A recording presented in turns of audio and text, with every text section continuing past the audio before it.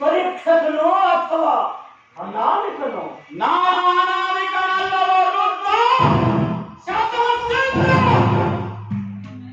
ಅಂದರೆ ಕಾಣದ ಕೈಯಲ್ಲೇ ಕರೆಯಿಸಿಕೊಳ್ಳುತ್ತಿರುವ ಜಗದಾಧಿಮಾತೆಯ ಜಾತಕಯ ತ್ರಿಮೂರ್ತಿಗಳಿಗೂ ಹಿರಿಯ 33 ಕೋಟಿ ದೇವತೆಗಳೆಲ್ಲರ ಹೃದಯ ಅದೃಷ್ಟವಂತಾಳ ರಸರಾಡಿಯ ಇಂದು ಪ್ರಚಂಡ ರಾವಣನ ಆತ್ಮಗೆ ಅಂತಗಾಲದ ಪರಮಾತ್ಮನೆಯ ಅಂದರೆ ಅಂದರೆ ಕಾಲ ಪರಿಣಾಮ.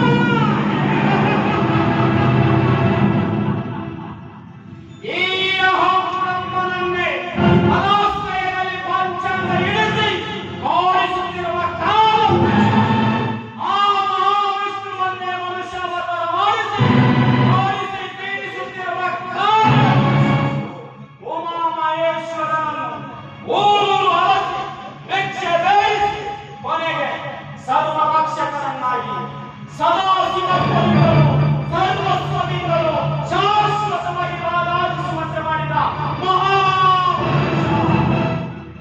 ಮಹಾಪುರುಷ ಮಹಾಪುರುಷ ಈ ಪಾಪ ಭೂಯಿಷ್ಠ ದುಷ್ಟ ದಾನವದಿಂದ ಈ ಬ್ರಹ್ಮನಿಗೆ ಮುಕ್ತಿ ಯಾವಾಗ?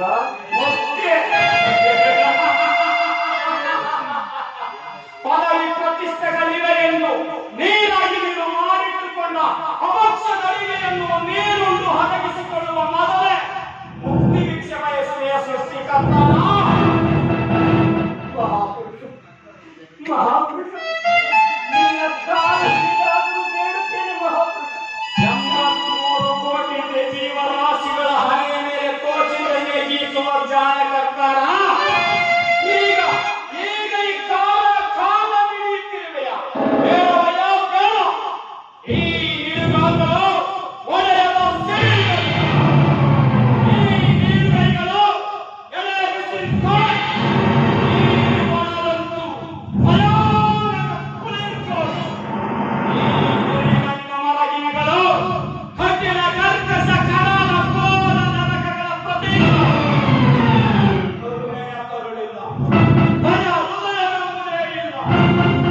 ಹಸಿವು ಕೃಷಿ ಜನನ ಮರಣಗಳ ಪರವಾಗಿಲ್ಲ. ಎನ್ನಮ್ಮ ಜಗದಾದಿ ಮಾತೆಗೆ ವಿನಃ ಅಂಗರಿಗೆ ತಲೆ ಹೋಗುವುದಿಲ್ಲ. ತಲೆ ಹೋಗುವುದಿಲ್ಲ. ಜೈ ಜಗದಾದಿ ಮಾತೆ, ಜೈ ಜಗದಾದಿ ಮಾತೆ.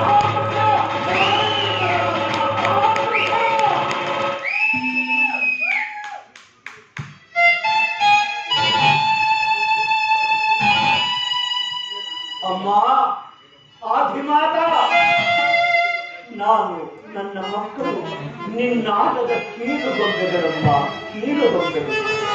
ಅನ್ಯತಾ ಶರಣು ನಾಸ್ತಿ ತ್ವಮೇವ ಶರಣಂ ಮಮ ತಸ್ಮಾತ್ ಕಾರುಣ್ಯ ಭಾವೇನ ರಕ್ಷತಾ ಭುವನೇಶ್ವರಿ ರಕ್ಷತಾ ರಕ್ಷತಾ ಭುವನೇಶ್ವರಿ ರಕ್ಷತಾ.